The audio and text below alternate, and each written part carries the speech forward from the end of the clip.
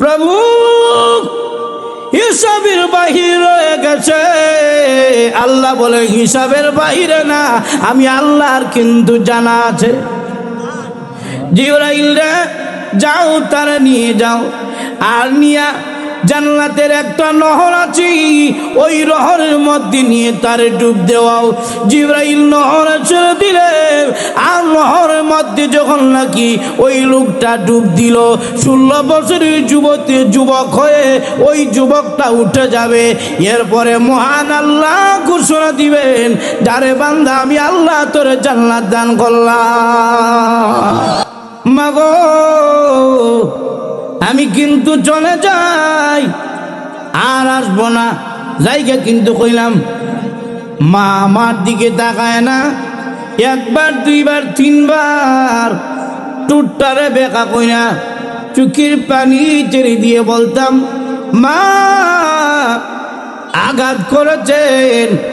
জায়গা কিন্তু এর হলে কিন্তু আর ছেলের হইবেন না কুজ্জা।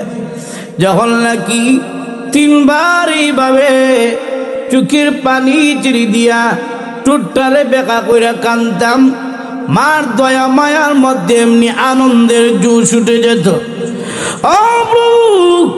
আমার মা ওই সময় আমার কাছে চলে আসতেন, আয়া সন্তানরে বুকের সাথে জড়াইয়া সন্তানরে কোলের মধ্যে তুলে নিতেন। কোলের মধ্যে নিয়ে গাল বেকা করে কাঁদছিলাম, চোখের পানিগুলো মুছে দিতেন, আর বলতেন, ছেলেরে কান্দিস না, আমি ওয়াদা দিলাম আমি মা তোকে আর মারব না। প্রভু গো, সন্তানের কান্না দেখে, টুট ভাঙ্গা কান্না দেখে যদি দুনিয়ার মার মায়া লাগে, তুমি তো রহমানুর রাহিমিন, তোমার দিকে বারবার তাকায় তাকায় কান্দি। তুমি তো মার চাইতে কোটি গুণ বেশি দয়ালু। আমার কান্না দেখে যদি আমার মার মায়া লাগে, তুমি তো মার চাইতে কোটি গুণ বেশি দয়ালু। আমি কান্দি জন্য দেখি তোমার নি মায়া লেগে যায়। মার মায়া লাগলে তোমারও তো মায়া লেগে যেতে পারে। আল্লাহ বলেন, গোলাম রে, তোর কি জানা নাই আমি আল্লাহ তোমার মার চাইতে কোটি গুণ বেশি দয়ালু। তোর মা যদি তোর মাফ করতে পারে, আমি আল্লাহ কেন পারবো না? আমি আল্লাহ বাকি জিন্দেগির জন্য তোর সাজারে মাফ করে দিয়ে দিলাম। জাহান্নামের ভিতরে গিয়ে তাকা দেখেন কোন নবীর উম্মত নাই, নবীর কোন উম্মত নাই। হঠাৎ করে গুন গুন গুন গুন সুরে আওয়াজ আসতেছে, পরিষ্কার বোঝা যায় না, আস্তে আস্তে আওয়াজ আসতেছে, ইয়া আল্লাহ ইয়া মান্নান, সুবহানাল্লাহ। অথচ রসুলের হিসাবের বাহিরে। জিবরাইল গেলেন, কিরে হিসাবের বাহিরে দিয়ে একটা রয়ে গেছে। কিন্তু জাহান্নাম এমন একটা জাহান্নাম যেখানে শুধু ছায়া ছাই, সব পুরা শেষ, মানুষ তো দেখা যায় না। জিবরাইল গিয়া তাকায় দেখেন শালির একটা স্তূপ দেখা যায়। এখানে মধ্যে হাত দিলেন, হাত দিয়ে তাকায় দেখেন পুরা একেবারে কঙ্কাল হয়ে গেছে। জিবরাইল জঙ্গল দিয়ে হাত দিয়ে এইভাবে দইরা তার নিয়ে গেলেন। প্রভু হিসাবের বাহির হয়ে গেছে। আল্লাহ বলে হিসাবের বাহিরে না, আমি আল্লাহর কিন্তু জানা আছে। জিবরাইল রে যাও, তারা নিয়ে যাও, আর নিয়া জান্নাতের একটা নহর আছে, ওই নহরের মধ্যে নিয়ে তারে ডুব দেওয়াও। জিবরাইল নহরে ছেড়ে দিলেন, আর নহরের মধ্যে যখন নাকি ওই লোকটা ডুব দিল, 16 বছরের যুবক হয়ে ওই যুবকটা উঠে যাবে। এরপরে মহান আল্লাহ ঘোষণা দিবেন, যারে বান্দা আমি আল্লাহ তোরে জান্নাত দান করলাম। কিয়ামতের দিন আল্লাহ রাব্বুল আলামিন সবাইকে তুলবেন উলঙ্গ। কিয়ামতের দিন সবাই উলঙ্গ, শুধু হযরত আদম আলাইহিস সালাম এবং হযরত ইব্রাহিম আলাইহিস সালামকে কাপড় দেওয়া হবে উঠার পরে। কিয়ামতের মাঠে উঠার পরে শুধু দুইজনের শরীরে কাপড় থাকবে, ইব্রাহিম নবী এবং আদম নবী। কেন? ওনারা দুজন হলেন আমাদের বাবা, যেরকম ঠিকই না। কিন্তু একজন নবী যিনি কি উঠার পরে কাপড় পরিধান করানো হবে না, একেবারে রওজা শরীফের ভিতর থেকে তুলিয়া কাপড় দেওয়া হবে, ভিতরে তিনি কাপড় পরবেন। সুবহানাল্লাহ, যেরকম না। লক্ষ্য করে দেখেন, উনি হলেন আমাদের নবী। আল্লাহ বলবেন, ও জিবরাইল, যাও তাড়াতাড়ি জান্নাত থেকে কাপড় নিয়ে যাও, নিয়া আমার বন্ধুর রওজার কাছে গিয়ে নবীরে ডাক দিবা, আর রওজা শরীফের ভিতরে নবীরে কাপড় দিবা, আর রসুল যেন ভিতরে কাপড় পইরা, এরপরে আমার নবীকে আমি আল্লাহ তুলব, সম্মানিত আসনে বসাইয়া, এরপরে আমি আল্লাহ দ্বিতীয়বার সিংহায় ফু দেওয়ার জন্য আমি আল্লাহ অনুমতি দিব। সুবহানাল্লাহ বলেন। জিবরাইল বলে, প্রভু আপনার বন্ধুর রওজা তো চিরা যায় না, ইসরাফিল ফু দিয়া তাম পৃথিবী ভেঙে ফেলেছে, সব কিছু সমান হয়ে গেছে, কোথায় বাংলাদেশ আর কোথায় সৌদি আরব, কোথায় আমেরিকা আর কোথায় ভারত পাকিস্তান চিনা যায় না, কারণ সব বরাত হয়ে গেছে নদী নালা জাহাজে। প্রভু গো, আপনার বন্ধুর রওজা মুবারক চিনা যায় না, কিভাবে আপনার বন্ধুর রওজা মুবারক চিনব? জিবরাইলকে আল্লাহ ডেকে ডেকে বলবেন, জিবরাইল, আমি আল্লাহর আরশ থেকে নিয়ে ডাইরেক্ট জমিন পর্যন্ত যেই নূরের লাইট জ্বালানো আছে, ওই নূরের লাইটের নিচে আমার বন্ধু শুয়ে আছে। জিবরাইল আলাইহিস সালাতু ওয়াস সালাম নবীজির রওজার কাছে যাওয়ার আগে হযরত ইসরাফিলকে সাথে নিবেন, এরপরে ইসরাফিলের সাথে যাবেন, জিবরাইলের সাথে 70,000 ফেরেশতার সাথে যাবেন নবীজিকে সম্মান দিয়ে তোলার জন্য। নবীজির রওজার চতুর্দিকে গিয়ে ফেরেশতারা লাইনে দাঁড়ায়া যাবেন এবং জিবরাইল বলবেন, ইসরাফিল আপনি নবীজিকে ডাক দেন। বলে, আমি কেন ডাক দিব? বলে, ডাক দেওয়া, সিংহায় ফু দেওয়া হলো আপনার কাজ, আপনি নবীজিকে ডাক দেন। ইসরাফিল বলবেন, না রে জিবরাইল, আমি ডাক দিতে পারবো না, এই জায়গায় যদি আমার বেয়াদবি হয়ে যায়, তুমি জিবরাইল ডাক দাও, কারণ তোমার সম্পর্ক নবীর সাথে ভালো, কারণ নবীজির সাথে জিবরাইলের একবার দুইবার না, ইমাম সুয়ুতি বলেন জিবরাইলের সাথে নবীজির দেখা হয়েছে 24,000 বার। সুতরাং যার সাথে যার দেখা বেশি হয়েছে সে তার মেজাজ বুঝলায়। এমনিতে উস্তাদরা হুজুরের কাছে যেতে পারে না, যখন ঠিক না। কেন? যদি গেলে আবার কোনো বেয়াদবি হয়ে যায়, এই জন্য ভয় পায়। আবার কিছু ছাত্র আছে হুজুরের খাদেম, পান আইনা দেয়, এরপরে কাপড় ধুইয়া দেয়, বাজার থেকে ছানাস্তা আইনা দেয়। এরকম ছাত্র যখন হুজুরের খেদমত করে, হুজুরের সাথে একটা ভালো কানেকশন হয়ে যায়, হুজুরের মন মেজাজ বুঝালায়, এই জন্য মাঝে মাঝে হুজুরের ভামদানি থেকে নিজে ভান খায়ালায়। না কেন? বলে, হুজুরের মর্জি মেজাজ আমরা বুঝে ফেলেছি। জিবরাইল, আমি ইসরাফিলের তো নবীর সাথে তো দেখা হয় নাই, সম্পর্ক হয় নাই, তোমার যখন দেখা হয়েছি নবীর সাথে তোমার সম্পর্ক বেশি হয়েছে, এই জন্য জিবরাইল তুমি গিয়ে নবীরে ডাক দাও। জিবরাইল আলাইহিস সালাতু ওয়াস সালাম নবীজির রওজার সামনে দাঁড়ায় বলবেন, আসসালাতু ওয়াসসালামু আলাইকা ইয়া রাসূলুল্লাহ, আসসালাতু ওয়াসসালামু আলাইকা ইয়া হাবিবাল্লাহ, আসসালাতু ওয়াসসালামু আলাইকা ইয়া খাতামুন নবিয়্যিন, আসসালাতু ওয়াসসালামু আলাইকা ইয়া সাইয়্যিদাল মুরসালিন। জিবরাইল যখন নবীজিকে সালাম দিবেন, এমনি ধীরে ধীরে নবীজির রওজা শরীফের মাটিগুলো ধীরে ধীরে সরতে থাকবে। আল্লাহর নবী তাকায় দেখবেন জিবরাইল কাপড় হাতের মধ্যে নিয়ে দাঁড়ায় রয়েছেন। আল্লাহর নবী জিজ্ঞাসা করবেন, জিবরাইল কাপড় হাত নিয়ে কেন তুমি দাঁড়ায় রয়েছ? জিবরাইল বলবেন, আল্লাহর নবী এগুলো হলো জান্নাতি কাপড় আল্লাহ দিয়েছেন, আর আল্লাহ জানা দিয়েছেন আপনাকে যেন এই কাপড়গুলো দেই। আপনি রওজা শরীফের ভিতরে এই কাপড়গুলো পরবেন।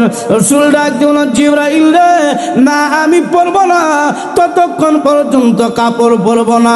আগে আমাকে সংবাদ দাও, এই কিয়ামতের কঠিন ময়দানে আমার উম্মতের খবর কি? আগে বলো আমার উম্মতের খবর কি। উম্মতের খবর যদি ভালো হয় তাহলে আমি রওজা শরীফের ভিতর কাপড় পরব। জিবরাইল বলেন, তখনও তাকায় দেখি আমার আপনার নবীর রওজা শরীফের মাটি ভিজা রয়েছে রাসূলের কান্নার কারণে। সুবহানাল্লাহ। কেন? এর কারণ হলো এখনো নবীজি রওজা শরীফে উম্মতি উম্মতি বলে কাঁদতেছে। আর সুবহানাল্লাহ। নবীর অনুসরণ কেন করবেন? বলে রসুল আমার আপনার লাগে যান, যখন দেখি না। 2 নম্বর কথা হইল গিয়া, একজন আরেকজনের অনুসরণ করে কেন? বলে কেউ যদি সম্মানী হয় তার অনুসারী বেশি হয়। চেয়ারম্যান মেম্বারের অনুসারী, এমপি মন্ত্রীর অনুসারী বেশি হয়, তখন দেখি না। এদের সম্মান আর কি নবীর মতো হইব? দেখুন না, আজকে 5 বছর পুরো নেওয়ার আগে যখন ভাস হয়েছে দেখবেন ফুলের মালা জাগা হয় না, যে সামসা এর আরো বেশি ফুলের মালা যখন দেখি না কিনে লয়ে গেছে গা। আর চেয়ারম্যানের গলার মধ্যে, এমপির গলার মধ্যে দেখা যায় ফুলের মালা জাগা হয় না, কিন্তু আরো 5 বছর যাওয়ার পরে দেখা যায় জুতার বাড়ির জাগা হয় না। কিনা এটা কিসের সম্মান? তো এরপরও দেখবেন চেয়ারম্যান মেম্বারের পিছনে লোক বেশি কেন? বলে এনারা হইলেন এলাকার সম্মানিত। এবার বলুন তো দেখি, আমার আপনার নবীর সম্মান মর্যাদা কি দুনিয়ার মানুষের মতো নাকি অনেক ঊর্ধ্বে? অনেক ঊর্ধ্বে, নবীর সাথে তুলনা নাই। যেরকম দেখি না বলে নবীর সম্মান কত? আল্লাহ তার প্রশংসা আল্লাহ তাআলা করেন। আলহামদুলিল্লাহি রাব্বিল আলামিন। আল্লাহ হলেন রব্বুল, আল্লাহ হলেন রব্বুল। আর নবীজি সম্পর্কে আল্লাহ বলেন, ওয়ামা আরসালনাকা ইল্লা রাহমাতাল লিল আলামিন। আল্লাহ বলেন, হে নবী, আমি আল্লাহ হলাম রব্বুল আলামিন। তাম পৃথিবীর জন্য, কুল কায়নাতের জন্য, সব সৃষ্টির জন্য আমি আল্লাহ হলাম রব্বুল আলামিন। ও নবী, আমি আল্লাহ যত জায়গার জন্য রব্বুল আলামিন। ওয়ামা আরসালনাকা ইল্লা রাহমাতাল লিল আলামিন, তত জায়গার জন্য আমি মহান আল্লাহ আপনি বন্ধুরে বানা দিলাম রাহমাতুল লিল আলামিন। নবীর মতো আর কারো সম্মান হতে পারে না। যখন দেখি না কিয়ামতের দিন সকল নবীগণ জান্নাতের গেটের মধ্যে গিয়ে দাঁড়াইবেন। আর দাঁড়াইয়া দাঁড়াইয়া সকল নবীগণ জান্নাতের গেটের মধ্যে নক করবেন। ভিতর থেকে পাহারাদার ফেরেশতা বলবে, আপনি কে গো? এইভাবে গেটের মধ্যে আঘাত করতেছেন। বলে, আমি আদম নবী। কেন এসেছেন? ভিতরে ঢুকতে যাই। বলে, না, এখনো সময় হয় নাই। আদম আলাইহিস সালাতু ওয়াস সালাম থেকে নিয়ে একেবারে ঈসা আলাইহিস সালাতু ওয়াস সালাম পর্যন্ত সমস্ত নবীগণ জান্নাতের গেটের মধ্যে দাঁড়ায় থাকবেন, কিন্তু গেট খোলা হবে না। নবীগণ এমনি ডেকে ডেকে বলবেন, ও ভিতরের পাহারাদার ফেরেশতা, গেটে তাকায় আছো, গেটের মধ্যে দাঁড়ায় আছো, কিন্তু কেন দরজা খোলো না? তখন ওই পাহারাদার ফেরেশতা বলবে, আদম শুনি, নূহ শুনি, ইব্রাহিম শুনি, মূসা শুনি, এত পয়গম্বরের নাম শুনি, কিন্তু মুহাম্মদ নাম কেন শুনি না? ওই নবী কি এখনো আসেন নাই? ওই নবী কি এখনো আসেন নাই গেটের মধ্যে? বলে, না, উনি তো এখনো আসেন নাই। উনি কোথায় আছেন? নবীগণ বলবেন, ওই নবী এখনো আসরের কঠিন ময়দানে উম্মতি উম্মতি বলে কান্দেন। যতক্ষণ পর্যন্ত তার একটা উম্মত জাহান্নামে থাকবে, ওই নবী ততক্ষণ পর্যন্ত জান্নাতের দিকে দিকে একটা কাকও বাড়াবেন না, একটা কদমও বাড়াবেন না। ফেরেশতা যখন ডেকে ডেকে বলবেন, ও পয়গম্বরদের কাফেলা গেটের মধ্যে দাঁড়ায় থাকেন, কারণ রাহমাতুল লিল আলামিনের হাতে মহান আল্লাহ চাবি দিয়ে রেখেছে। আল্লাহ নবী বলেন, আমি গিয়ে জান্নাতের গেটটা উদ্বোধন করব, আমার পরে মহান আল্লাহ সকল নবীগণকে ভিতরে ঢোকার অনুমতি দিবেন। তাহলে আমরা এমন নবী পাইলাম যিনি হলেন সকল নবীগণের সর্দার, তিনি সর্বপ্রথম জান্নাতে যাবেন। তাহলে আমার নবীর মতো সম্মানী এই দুনিয়াতে আর কেউ নাই। আল্লাহ এই জন্য বলেন, ওয়ারাফা'না লাকা যিকরাক, ওগো নবীজি আমি আল্লাহ আপনার সম্মানে বাড়াইতেই থাকবো। এই জন্য মহান আল্লাহ বলেন, ইন্না আ'তাইনাকাল কাউসার, হে নবী আপনি নবীকে আমি আল্লাহ কাউসার দিলাম। কাউসারের ব্যাখ্যা হলো, নবী গো আমি আল্লাহ আপনাকে বেশি উম্মত দিলাম, এত উম্মত আপনি নবীরে দিয়েছি, অন্য কোন নবীরে এত উম্মত আমি আল্লাহ দেই নাই। ইন্না আ'তাইনাকাল কাউসার, হে নবী আপনার কাউসার দিলাম। এর একটা ব্যাখ্যা হলো, নবী গো আমি আল্লাহ আপনার মেরাজে নিয়েছি, অন্য কোন নবীকে আমি আল্লাহ মেরাজে নেই নাই। ইন্না আ'তাইনাকাল কাউসার, হে নবী আমি আল্লাহ আপনাকে কাউসার দিয়েছি। এর একটা ব্যাখ্যা হলো, নবী গো আমার একটা কুয়া আছে, এই কুয়ার নাম হলো হাউজে কাউসার, এটার পানিটা অত্যন্ত বিশুদ্ধ পানি। কিয়ামতের দিন কারো কলিজায় যখন সূর্যের রৌদ্রের কারণে, তাপের কারণে যখন পিপাসার্ত হয়ে যাবে, কলিজায় যখন পানি থাকবে না, তখন হাউজে কাউসারের এক গ্লাস পানি যদি পান করতে পারে 500 বছরের খিদা দূর হয়ে যাবে। ও নবী এমন হাউজে কাউসার আমি আল্লাহ আপনি নবীকে মালিক বানায়া দিলাম। আল্লাহ নবী গো আপনি যুদ্ধের ময়দানে গেলেন, আপনি আসলেন, কিন্তু আমার বাবা এলেন না। নবী গো আমার আব্বা কোথায়? আল্লাহ নবী তখন চোখের পানি ছেড়ে দিয়ে কান্দেন, আর মনে মনে বলেন, প্রভু গো এই বাচ্চাকে যদি বলি তোর আব্বা শাহাদত বরণ করে জান্নাতে চলে গেছে, বাচ্চা যদি বলে আমার আব্বা জান্নাতে গেলেন, আপনি কেন গেলেন না? এখন কি জবাব দিব? আল্লাহ নবী আকাশের দিকে তাকাইয়া চোখের পানি ছেড়ে দিয়ে কাঁদলেন, প্রভু গো এই শিশু বাচ্চাকে কি জবাব দিব? তার আব্বাদের মৃত্যুবরণ করে জিহাদের ময়দানে গিয়ে শহীদ হয়ে আপনার জান্নাতে চলে গেছেন, বাচ্চাকে তো বোঝানো যাবে না। বাচ্চা তখন নবীজির দরবার থেকে ব্যর্থ হয়ে চলে গেছে।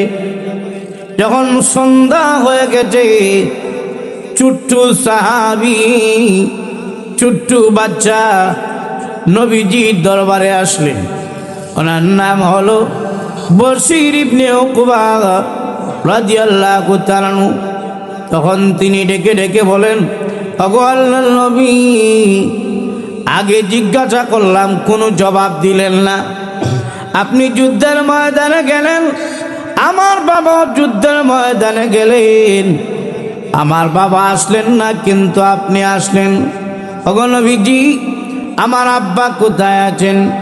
ওই যে সূর্য লাল হয়ে গেছে, সন্ধ্যা হয়ে যাবে, রাত্রি হয়ে গেলে আমার বাবার গলা ধরে ঘুমাইতাম, কারণ আমার মাও নাই, আমার ভাই বোন বলতে কেউ নাই, আমার বাবা ছাড়া আমার কেউ নাই, আমি আমার বাবার গলা ধরে ঘুমাইতাম। ওগো নবীজি আমার আব্বা যে এখনো আসলেন না, এখন আমি কার কাছে গিয়ে আশ্রয় নিব? কার গলা ধরে আমি ঘুমাইব? বলেন না আমার আব্বা কোথায় আছেন?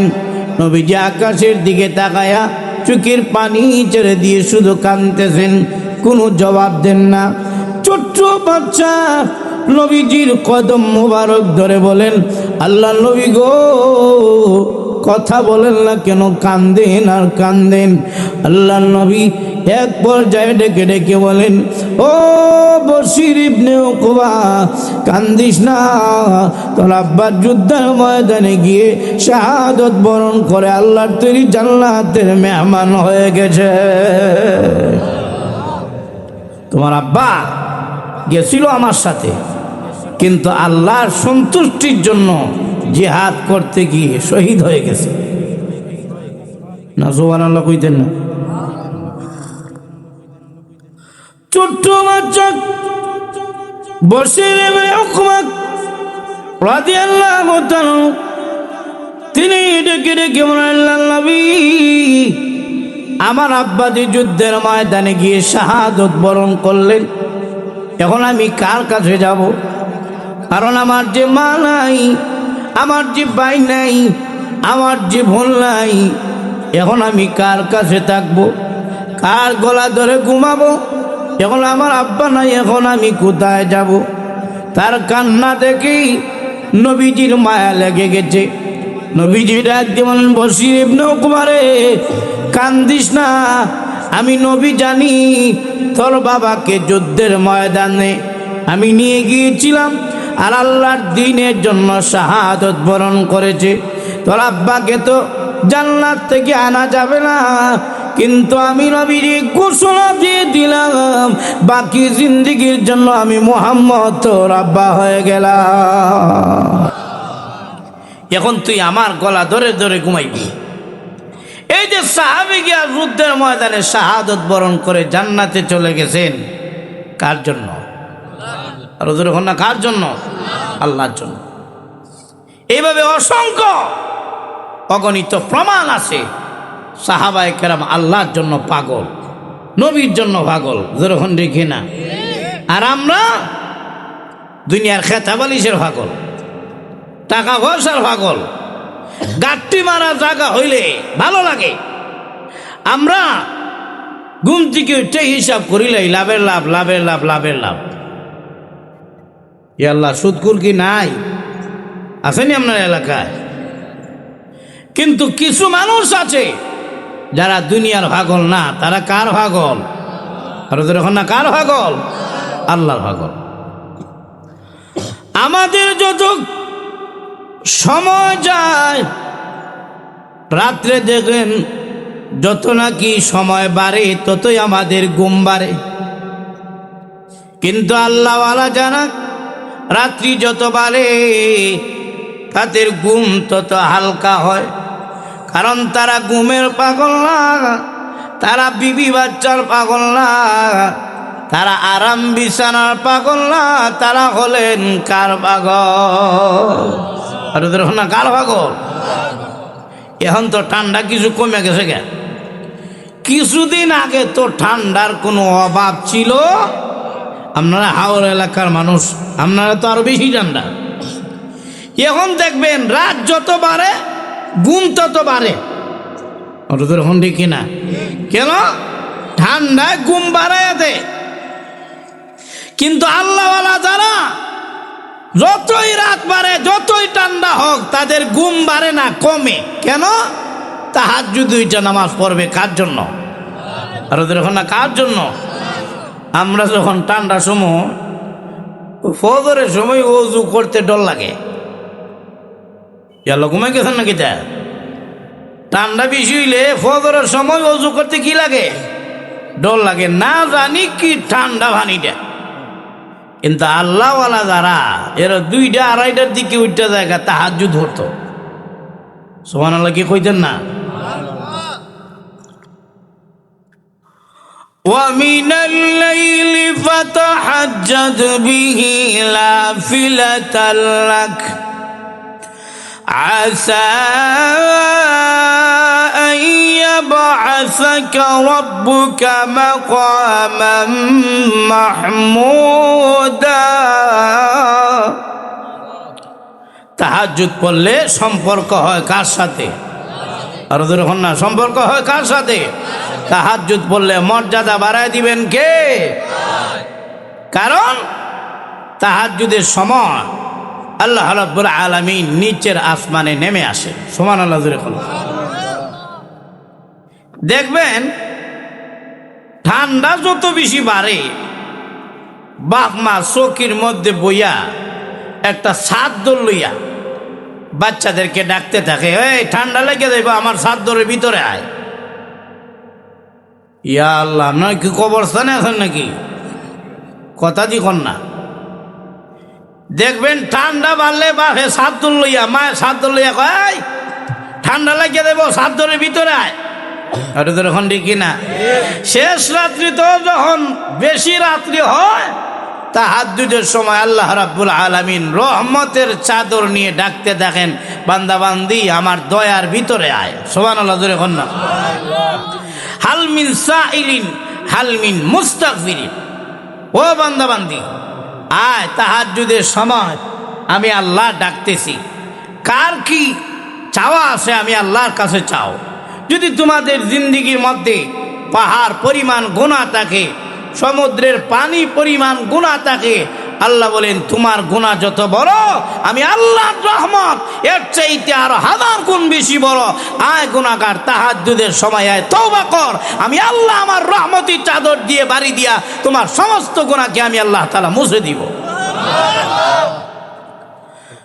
এমন সময় তাহাজ্জুদের সময় যদি উঠিয়া আপনি যদি নামাজ পড়তে পারেন, তাহাজ্জুদের নামাজ, দেখবেন মনে হবে দুনিয়ার সবচেয়ে ভালো সময় যাচ্ছে। এবং নামাজের পাশাপাশি যদি জিকির করতে পারেন তাহাজ্জুদের সময়, মজা বোঝা যায় আরো বাড়ে। সুবহানাল্লাহ জোরে বল না। আলা বিযিকরিল্লাহি তাতমাইন্নুল কুলুব।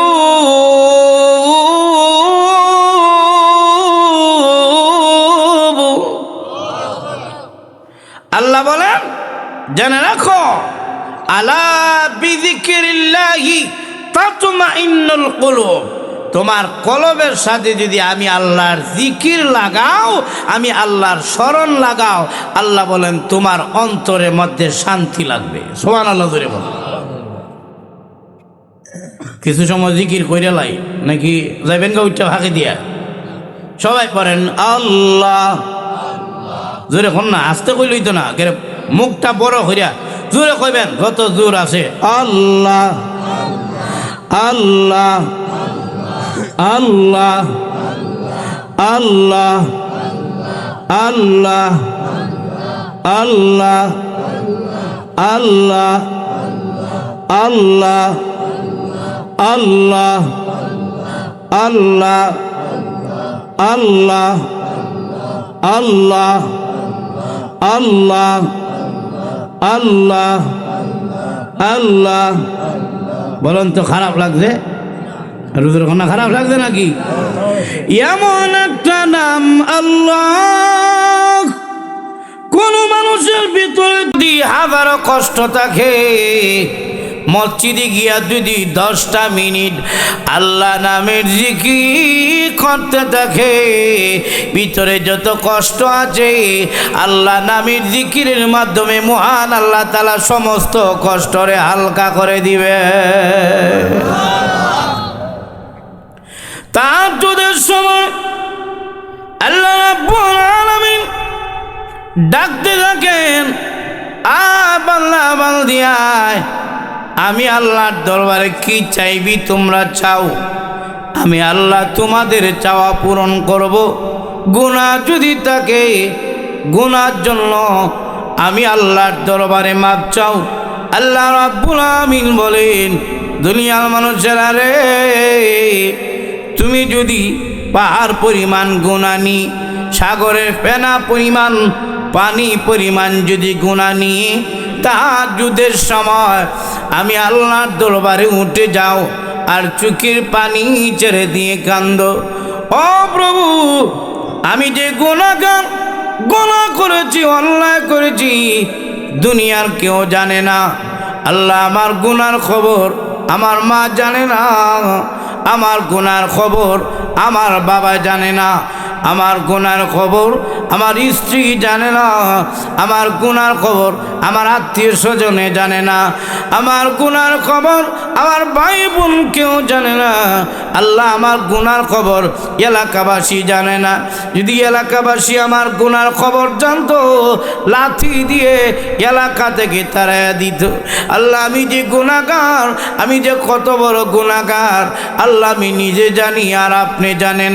আল্লাহ কান্নারে তওবা করলাম, আর জীবনে কোনোদিন গুনাহ করব না।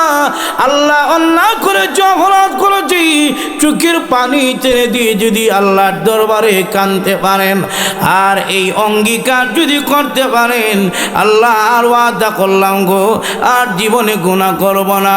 চোখের পানি ছেড়ে দিয়ে যদি মহান আল্লাহর দরবারে কাঁদতে পারেন, মহান আল্লাহ রাব্বুল আলামিন জানায় দিয়েছেন, বান্দা বান্দি রে তোর চোখের পানির এত দাম।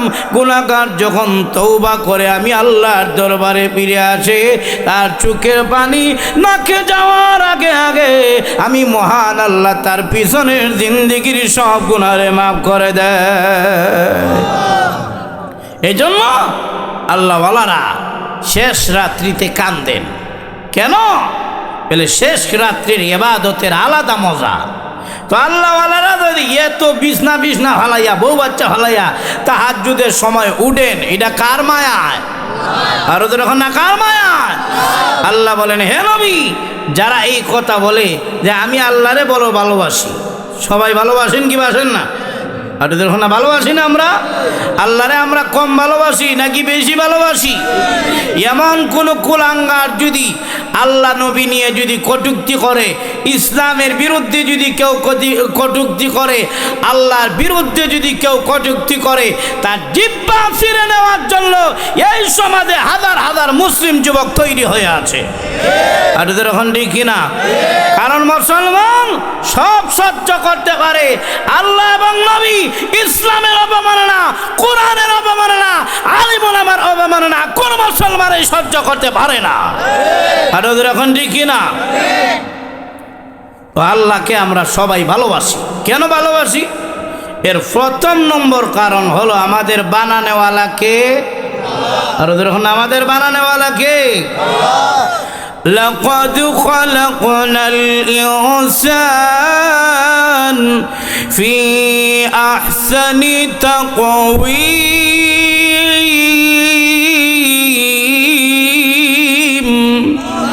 আমাদেরকে বানাইছেন কে?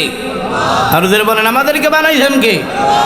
আর রহমান আল্লামাল কুরআন খালাকাল ইনসান।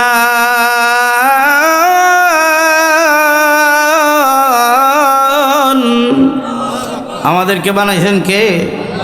আল্লাহকে আপনি ভালোবাসবেন কেন? প্রথম নম্বর কারণ হলো আমাদের বানানেওয়ালা আল্লাহ। দুই নম্বর কারণ হলো আমাদের রিজিক দেন কে?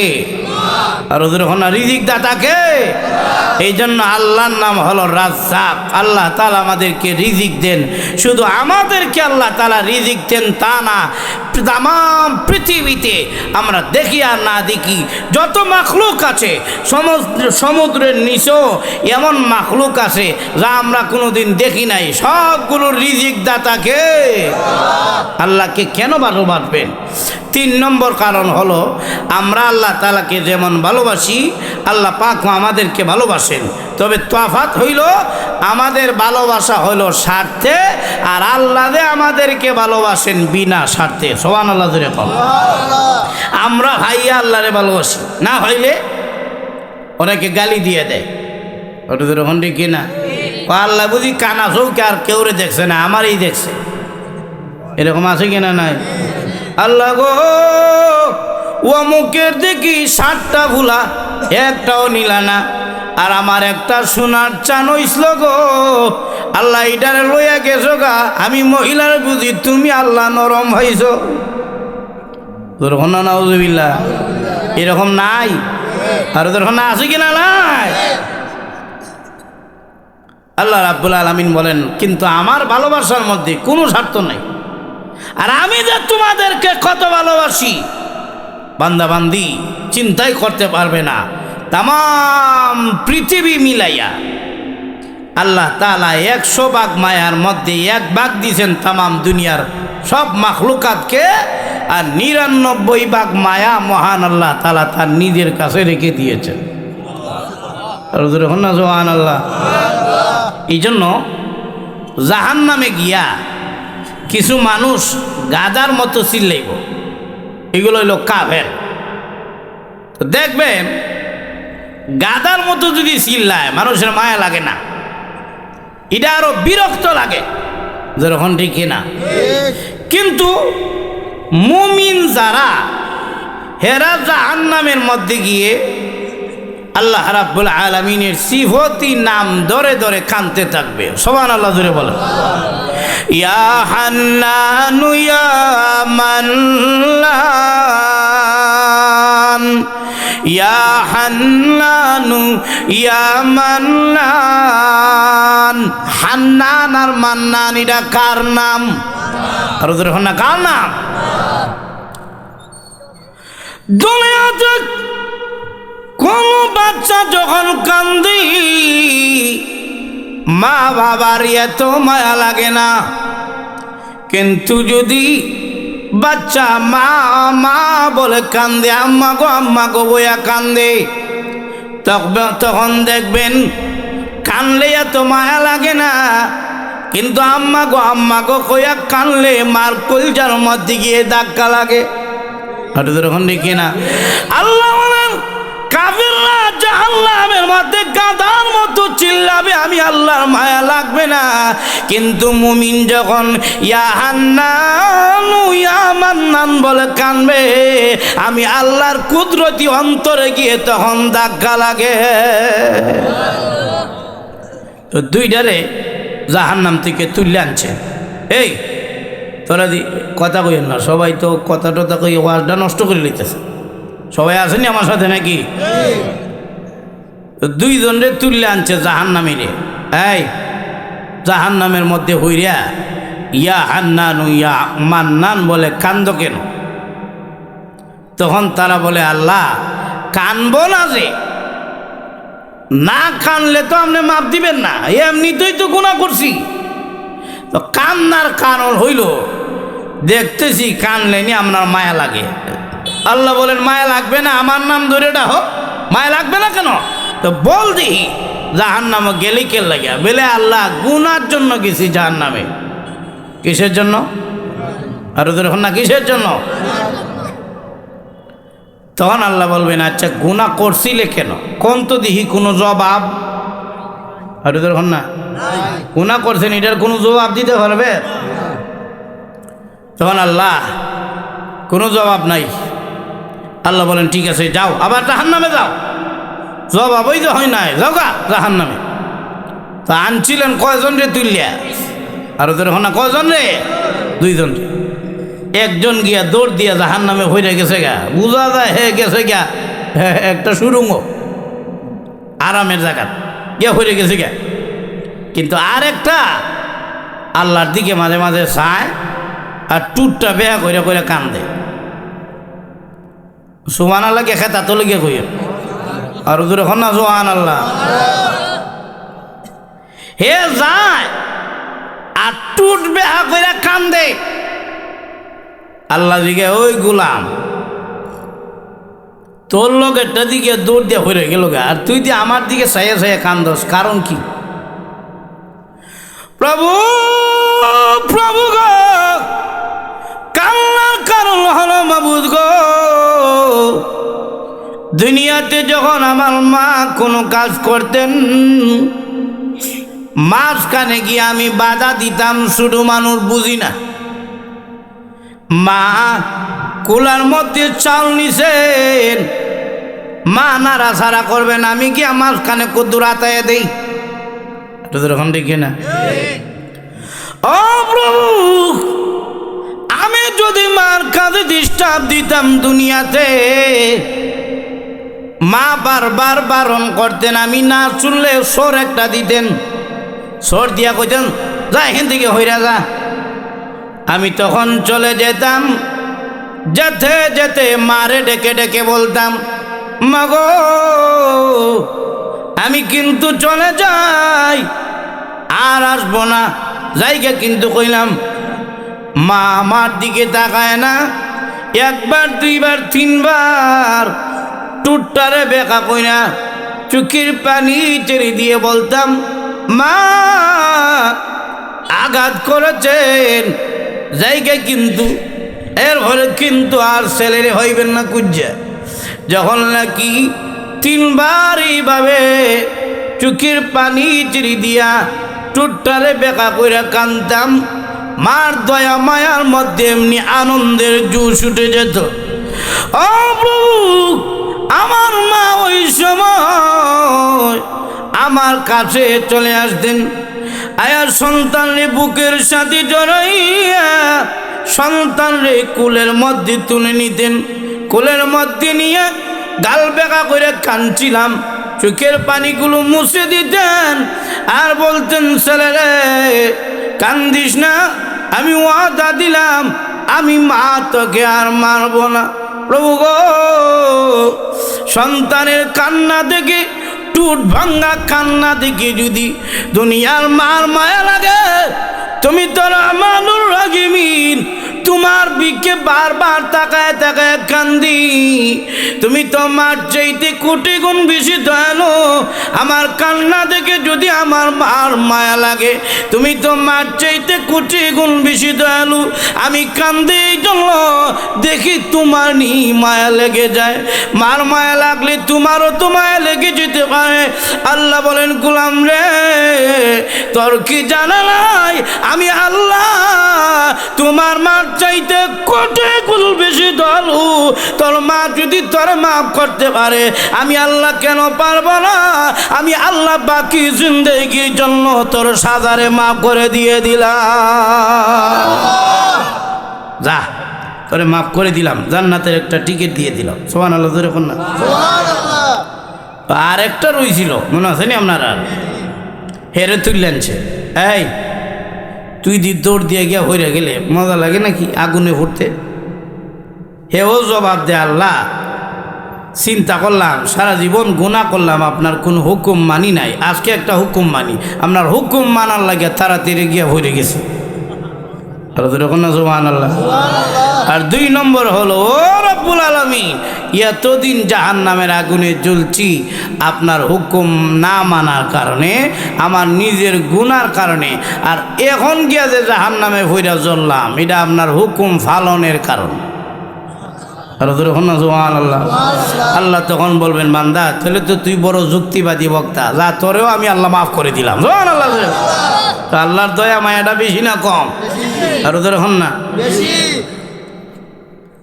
আল্লাহ বলবেন, জিবরাইল দেখো তো জাহান্নামে আর কোনো জাহান্নামী আছে কিনা। রসুলেরও হিসাবের বাইরে গেছে গা। সুবহানাল্লাহ, জোরে হন না। রসুলকেও আল্লাহ বলছেন, হে নবী, আপনার কোনো উম্মত জাহান্নামে আসেনি। আর রসুলকে তো আল্লাহ জানায় দিচ্ছেন, হয় নবী, যতদিন পর্যন্ত আপনি খুশি না হবেন, যতক্ষণ পর্যন্ত আপনি খুশি না হবেন, আমি আল্লাহ ততক্ষণ পর্যন্ত আপনার উম্মতদেরকে মাফ দিতেই থাকবো। আর রসুলও বলছেন, আমার আল্লাহ আমার একটা উম্মত যতক্ষণ পর্যন্ত জাহান্নামে থাকবে, ততক্ষণ পর্যন্ত আমি নবী খুশি হব না। তো আল্লাহ তাআলা রসুলকে বললেন, হে নবী, আপনার কোন উম্মত জাহান্নামে আসেনি? বলে, আল্লাহ আমার আর কোনো উম্মত নাই। তাহলে তালা লাগাই দেই, হ্যাঁ মালিক তালা লাগাই দাও, নবীর যখন আর কোনো উম্মত নাই। তবে জিবরাইলকে আল্লাহ বলবেন, ও জিবরাইল, তুমি কি একটু ঘুরে গাইরাতে হও। দেখবেন মাঝে মাঝে ফেসিন্দার কিন্তু নিতে ভুল করে লাই।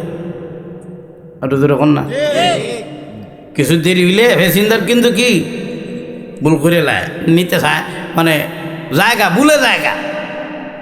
আল্লাহ কিন্তু যাই না হুইনাই ফাটাইছে। সুবহানাল্লাহ। আল্লাহর উদ্দেশ্য হইল তুই তাক তাকে লাগিয়া তোরে লইয়া যাইতাম। সুবহানাল্লাহ, জোরে হন না। এখন জিবরাইল গেছেন, জিবরাইল জাহান্নামের ভিতরে গিয়া তাকায় দেখেন কোন নবীর উম্মত নাই, নবীর কোন উম্মত নাই। হঠাৎ করে গুনগুন গুনগুন সুরে আওয়াজ আসতেছে, পরিষ্কার বোঝা যায় না, আস্তে আস্তে আওয়াজ আসতেছে, ইয়া হান্নান ইয়া মান্নান, সুবহানাল্লাহ। অথচ রসুলের হিসাবের বাহিরে। জিবরাইল গেলেন, কিরে হিসাবের বাহিরে দিয়ে একটা রয়ে গেছে। কিন্তু জাহান্নাম এমন একটা জাহান্নাম যেখানে শুধু ছাই আর ছাই, সব ফুইরা শেষ, মানুষ তো দেখা যায় না। জিবরাইল গিয়া তাকায় দেখেন সালির একটা স্তূপ দেখা যায়, এখানের মধ্যে হাত দিলেন, হাত দিয়ে তাকায় দেখেন ফুইরা একেবারে কঙ্কাল হয়ে গেছে। জিবরাইল চঙ্গল দিয়ে হাত দিয়ে এইভাবে দইরা তার নিয়ে গেলেন। প্রভু হিসাবের বাহির হয়ে গেছে। আল্লাহ বলে হিসাবের বাহিরে না, আমি আল্লাহর কিন্তু জানা আছে। জিবরাইল রে যাও তারা নিয়ে যাও, আর নিয়া জান্নাতের একটা নহর আছে, ওই নহরের মধ্যে নিয়ে তারে ডুব দেওয়াও। জিবরাইল নহরে ছেড়ে দিলেন, আর নহরের মধ্যে যখন নাকি ওই লোকটা ডুব দিল, 16 বছরের যুবক হয়ে ওই যুবকটা উঠে যাবে। এরপরে মহান আল্লাহ ঘোষণা দিবেন, যারে বান্দা আমি আল্লাহ তোরে জান্নাত দান করলাম।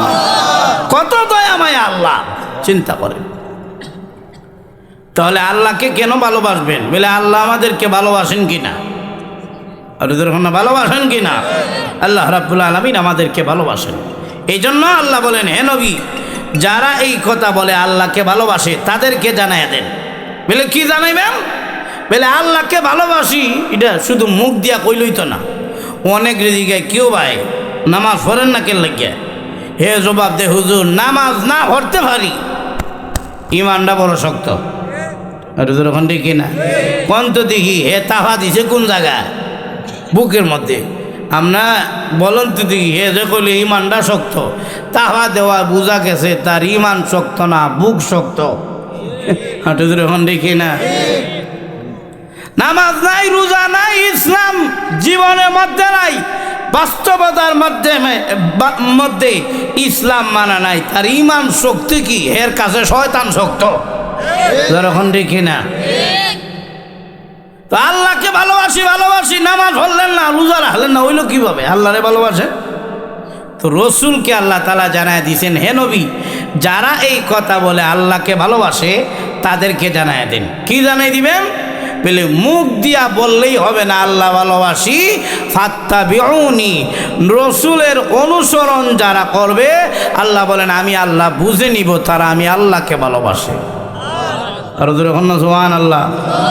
তাহলে আল্লাহকে ভালোবাসতে হলে নবীর অনুসরণ করতে হবে। যেরকম দেখি না, নবীর অনুসরণ করবেন কেন?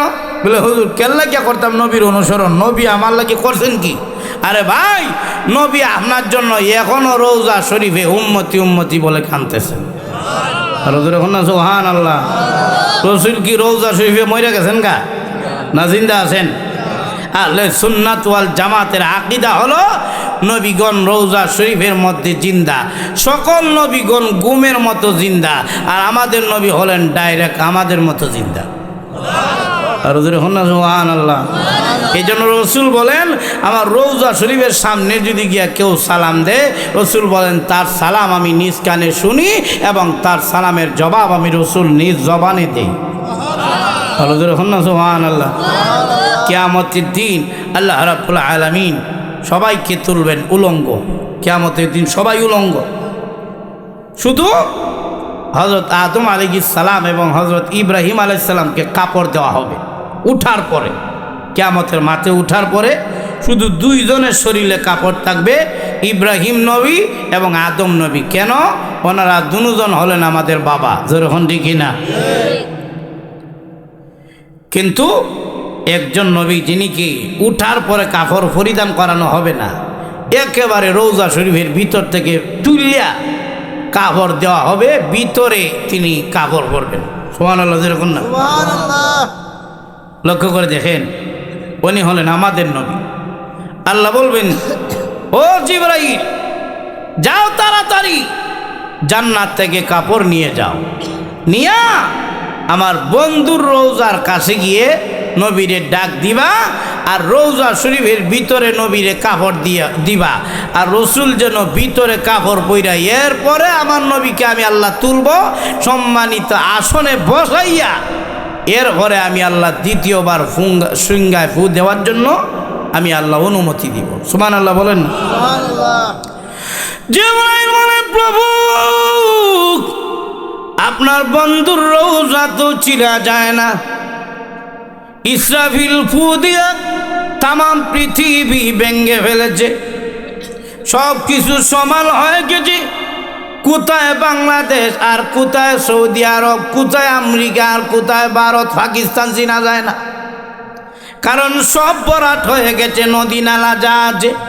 প্রভু গো, আপনার বন্ধুর রওজা মুবারক চিনা যায় না, কিভাবে আপনার বন্ধুর রওজা মুবারক চিনব? জিবরাইলকে আল্লাহ ডেকে ডেকে বলবেন, জিবরাইল রে, আমি আল্লাহর আরশ থেকে নিয়ে ডাইরেক্ট জমিন পর্যন্ত যেই নূরের লাইট জ্বালানো আছে, ওই নূরের লাইটের নিচে আমার বন্ধু শুয়ে আছে। জিবরাইল আলাইহিস সালাতু ওয়াস সালাম নবীজির রওজার কাছে যাওয়ার আগে হযরত ইসরাফিলকে সাথে নিবেন, এরপরে ইসরাফিল সাথে যাবেন, জিবরাইলের সাথে ৭০,০০০ ফেরেশতার সাথে যাবেন নবীজিকে সম্মান দিয়ে তোলার জন্য। নবীজির রওজার চতুর্দিকে গিয়ে ফেরেশতারা লাইনে দাঁড়ায়া যাবেন এবং জিবরাইল বলবেন, ইসরাফিল আপনি নবীজিকে ডাক দেন। বলে, আমি কেন ডাক দিব? বলে, ডাক দেওয়া, সিংহায় ফু দেওয়া হলো আপনার কাজ, আপনি নবীজিকে ডাক দেন।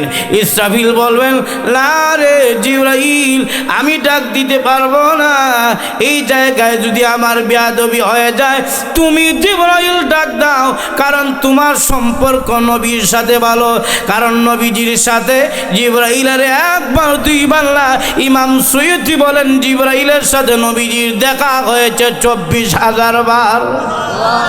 সুতরাং যার সাথে যার দেখা বেশি হয়েছে সে তার মেজাজ বুঝলায়।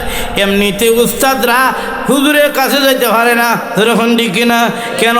যদি গেলে আবার কোনো বেয়াদবি হয়ে যায়, এই জন্য ভয় পায়।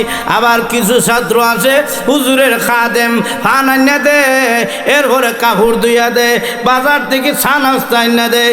এরকম ছাত্র যখন হুজুরের খেদমত করে, হুজুরের সাথে একটা ভালো কানেকশন হয়ে যায়, হুজুরের মন মেজাজ বুঝালায়, এই জন্য মাঝে মাঝে হুজুরের ভান্দানি থেকে নিজে ভান খায়ালায়। আর ওদের ফোন ঠিক না? কেন? বলে, হুজুরের মর্জি মেজাজ আমরা বুঝে ফেলেছি। জিবরাইল রে, আমি ইসরাফিলের তো নবীর সাথে তো দেখা হয় নাই, সম্পর্ক হয় নাই, তোমার যখন দেখা হয়েছি নবীর সাথে তোমার সম্পর্ক বেশি হয়েছে, এই জন্য জিবরাইল তুমি গিয়ে নবীরে ডাক দাও। জিবরাইল আলাইহিস সালাতু ওয়াস সালাম নবীজির রওজার সামনে দাঁড়ায় বলবেন, আসসালাতু ওয়াসসালামু আলাইকা ইয়া রাসূল, আসসালাতু ওয়াসসালামু আলাইকা ইয়া হাবিবাল্লাহ, আসসালাতু ওয়াসসালামু আলাইকা ইয়া খাতামুন নবিয়্যিন, আসসালাতু ওয়াসসালামু আলাইকা ইয়া সাইয়্যিদাল মুরসালিন। জিবরাইল যখন নবীজিকে সালাম দিবেন, এমনি ধীরে ধীরে নবীজির রওজা শরীফের মাটিগুলো ধীরে ধীরে সরতে থাকবে। আল্লাহর নবী তাকায় দেখবেন জিবরাইল কাপড় হাতের মধ্যে নিয়ে দাঁড়ায় রয়েছেন। আল্লাহর নবী জিজ্ঞাসা করবেন, জিবরাইল কাপড় হাত নিয়ে কেন তুমি দাঁড়ায় রইছ? জিবরাইল বলবেন, আল্লাহর নবী এগুলো হলো জান্নাতি কাপড়, আল্লাহ দিয়েছেন, আর আল্লাহ জানা দিয়েছেন আপনাকে যেন এই কাপড়গুলো দেই, আপনি রওজা শরীফের ভিতরে এই কাপড়গুলো পরবেন। রাসূল ডাক দিলেন, জিবরাইল রে, না আমি পরব না, ততক্ষণ পর্যন্ত কাপড় পরব না, আগে আমাকে সংবাদ দাও এই কিয়ামতের কঠিন ময়দানে আমার উম্মতের খবর কি? আগে বলো আমার উম্মতের খবর কি? উম্মতের খবর যদি ভালো হয় তাহলে আমি রওজা শরীফের ভিতর কাপড় পরব। জিবরাইল বলেন, তখনও তাকায় দেখি আমার আপনার নবীর রওজা শরীফের মাটি ভিজা রয়েছে রসুলের কান্নার কারণে। আর যখন না সুবহানাল্লাহ। কেন? এর কারণ হলো এখনো নবীজি রোজা শরীফে উম্মতি উম্মতি বলে কাঁদতেছে। আর যখন না সুবহানাল্লাহ। নবীর অনুসরণ কেন করবেন? বলে রসুল আমার আপনার লাগিয়া যান, যখন ঠিক না। 2 নম্বর কথা হইল গিয়া একজন আরেকজনের অনুসরণ করে কেন? বলে কেউ যদি সম্মানী হয় তার অনুসারী বেশি হয়। চেয়ারম্যান মেম্বারের অনুসারী, এমপি মন্ত্রীর অনুসারী বেশি হয়, তখন ঠিক না। এদের সম্মান আর কি নবীর মতো হইব? তখন না। আজকে 5 বছর পুরো নেওয়ার আগে যখন ভাস হয়েছে দেখবেন ফুলের মালা জাগা হয় না, যে সামসা এর আরো বেশি ফুলের মালা, যখন দেখি না কিনে লয়ে গেছে গা। আর চেয়ারম্যানের গলার মধ্যে, এমপির গলার মধ্যে দেখা যায় ফুলের মালা জাগা হয় না, কিন্তু আরো 5 বছর যাওয়ার পরে দেখা যায় জুতার বাড়ির জায়গা হয় না, যখন দেখি না। তো এটা কিসের সম্মান? তো এরপরও দেখবেন চেয়ারম্যান মেম্বারের পিছনে লোক বেশি কেন? বলে এনারা হইলেন এলাকার সম্মানিত। এবার বলুন তো দেখি, আমার আপনার নবীর সম্মান মর্যাদা কি দুনিয়ার মানুষের মতো নাকি অনেক ঊর্ধ্বে? অনেক ঊর্ধ্বে, নবীর সাথে তুলনা নাই, যেরকম দেখি না। বলে নবীর সম্মান কত? আল্লাহ তার প্রশংসা আল্লাহ তাআলা করেন। আলহামদুলিল্লাহি রাব্বিল আলামিন।